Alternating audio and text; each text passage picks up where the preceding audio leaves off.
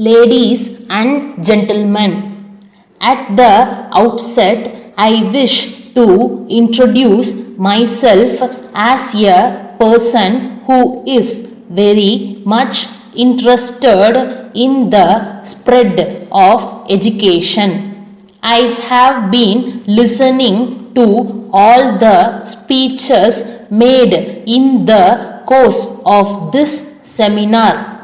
I have also carefully taken notes of the various suggestions that were made.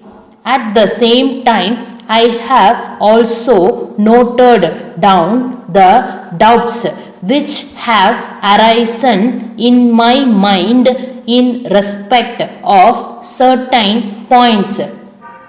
The chairman of the seminar has just now declared that this session is devoted to an open discussion on all the subjects which have been covered so far. That is why I stand before you and I would like to take this opportunity to address 2 or 3 questions to the eminent persons in this gathering. My first point is with regard to the admission of children in the primary schools. Most of the schools want to take only intelligent children on their rolls for the purpose of making a selection among the numerous applicants. Various methods are adopted. In some cases, every child is asked some questions.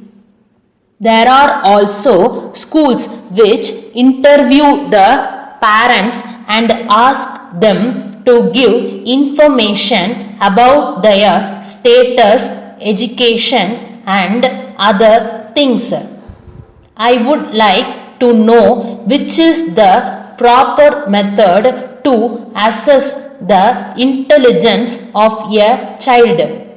The other point is regarding the ways of assessing the performance of the pupils in the primary classes.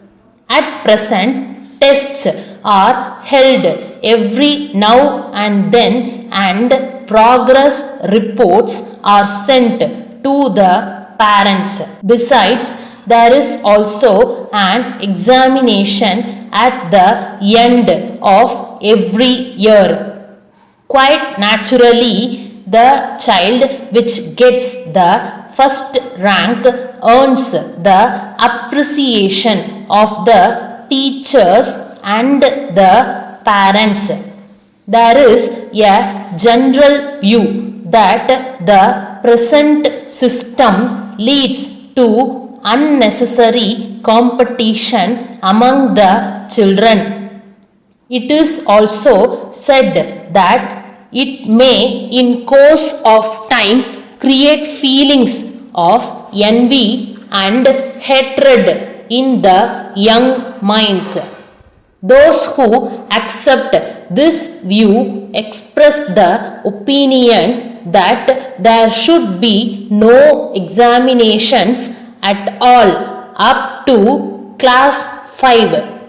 They also suggest that instead of holding class test, the teacher should closely watch the progress of the students. It is said that some scientific methods are being followed for this purpose in the foreign countries. I wish to know more about those methods and whether they can be adopted in our own country. Thank you very much. Letter from Kumaran Enterprises, Madras, to all the dealers in Tamil Nadu. Dear Sirs, As you are aware, we have recently appointed a number of new dealers throughout the state.